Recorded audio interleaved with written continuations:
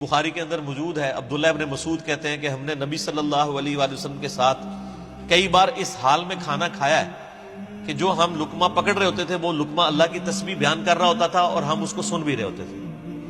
لیکن یہ سارے معاملات نبی کی دنیا میں موجودگی کے وقت ظاہر ہوتے ہیں، چونکہ نبی کو تو اللہ نے منوانا ہوتا ہے، بعد میں کسی بزرگ کو منوانا نہیں ہوتا، منوانا صرف پیغمبر کو ہوتا ہے۔ اس لیے جو پیغمبر کے ساتھی ہوتے ہیں نا، ان کا ایمان بہت بڑے لیول کا اللہ تعالیٰ کر دیتا ہے، ان کو یہ فزیکل چیزیں معجزات کی شکل میں دکھاتا ہے، کیونکہ انہوں نے پیغمبر کی دعوت کو آگے لے کے چلنا ہوتا ہے۔ صحیح مسلم میں آتا ہے، جابر بن عبداللہ کہتے ہیں کہ میں نبی علیہ السلام کے ساتھ ایک سفر میں تھا، تو یعنی میرے ساتھ کئی ایک واقعات ہوئے، انہوں نے وہ بڑی ڈیٹیل حدیث جابر اسے کہتے ہیں، اس میں انہوں نے ایک واقعہ یہ بھی بیان کیا کہ نبی صلی اللہ علیہ وآلہ وسلم نے قضائے حاجت کے لیے جانا تھا، یعنی ٹوائلٹ کے لیے جانا تھا، کھلا میدان تھا، تو دو درخت بڑے دور تھے، آپ علیہ السلام نے ان کو یوں اشارہ کیا تو وہ درخت جو ہے وہ یوں زمین چیرتے ہوئے اکٹھے ہوئے، اور نبی علیہ السلام کے لیے انہوں نے پردہ کیا، اور نبی علیہ السلام ان کے پیچھے چلے گئے، اور اس کے بعد وہ کہتے ہیں میں نے لوٹا استنجے کے لیے پکڑایا، نبی علیہ السلام واپس آئے تو آپ نے درختوں کو یہ حکم دیا تو وہ دوبارہ واپس اپنی جگہ پہ چلے۔ سر یہ منظر جو بندہ دیکھ لے گا اس کا ایمان کس لیول کا ہوگا؟ یہ منظر جادو سے بھی نہیں کر کے دکھایا جا سکتا، جادو تو صرف آنکھ کا دھوکہ ہوتا ہے۔ تو اس طرح کے فزیکل چیزیں صحابہ کرام نے، پھر بخاری مسلم میں آتا ہے کہ نبی صلی اللہ علیہ وآلہ وسلم صلح حدیبیہ کے موقع پر صحابہ کہتے ہیں پانی نہیں تھا، ہم نے ایک پیالہ ہی تھا بس پانی کا بچا ہوا، حضور صلی اللہ علیہ وسلم کو دیا، آپ صلی اللہ علیہ وآلہ وسلم نے اپنی مبارک انگلیاں اس میں داخل کی اور اس سے پانی کے چشمے جاری ہو گئے۔ اور بخاری مسلم دونوں میں الفاظ ہیں، جابر بن عبداللہ کہتے ہیں کہ ہم اس وقت تقریباً 1500 لوگ تھے جنہوں نے وہ پانی پیا اور اپنے جانوروں کو پلا کے مشکیزیں بھی بھر کے رکھ لیے، اور وہ ایک پیالے کا پانی ختم نہیں ہوتا تھا۔ اب یہ معجزہ جو حضرت موسیٰ علیہ السلام کے معجزے سے بڑا معجزہ ہے،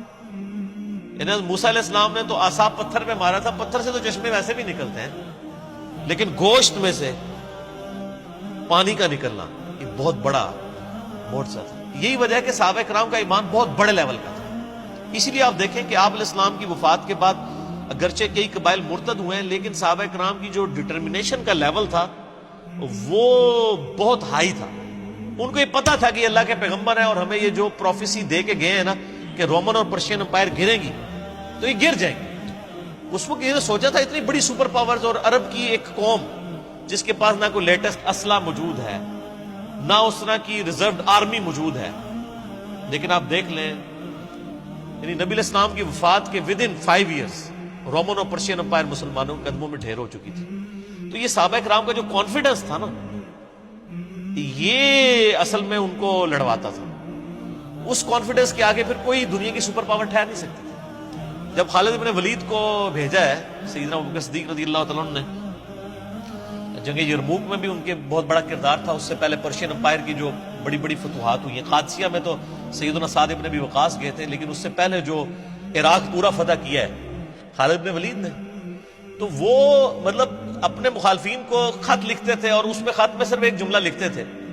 کہ تم سے وہ قوم لڑنے آ رہی ہے کہ جتنا تم اپنی زندگی سے محبت کرتے ہو نا، اس سے بڑھ کے وہ اپنی موت کو عزیز رکھتے ہیں، کیونکہ شہید ہو کے جنت میں، نبیوں کا پڑوس۔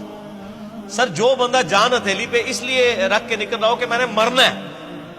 باقی لوگ تو جنگ میں لڑنے آ رہے ہوتے ہیں جیتنے کے لیے اور اپنی جان بچانے کے لیے، اور یہاں پہ وہ کہہ رہے ہیں ہم نے مرنا ہے، تو سر وہ پھر جا کے رومن اور پرشین امپائر دے گاٹے ہی فٹ ہوں گے نا، ایسے لوگ تو ہوئے ہیں۔ پھر آپ دیکھیں تو اس کے لیے آپ عمر سیریز دیکھیں، عمر سیریز کے اندر انہوں نے یہ چیز فلما دی، قطر والے اور حق ادا کیا، تو اردو ڈبنگ کے ساتھ بھی اس کی آلموسٹ 15 ایک ساتھ تقریباً آ چکی ہیں، سب ٹائٹل کے ساتھ مکمل آ چکی ہیں، عربی والی اور انگلش سب ٹائٹل والی پہلے موجود ہے۔ عمر سیریز کا تعارف میں نے 40 منٹ میں کروایا ہے، وہ آپ ایک دفعہ یوٹیوب پہ ضرور لکھیں عمر سیریز ان اردو، پھر آپ کو پتہ چلے کہ کتنا بڑا کارنامہ کیا انہوں نے۔ تو اللہ تعالیٰ فرما رہا ہے کہ جو ستارے ہیں اور درخت ہے یہ بھی اللہ کو سجدہ کرتے ہیں، ہر چیز اللہ کی تسبیح بیان کر رہی ہے۔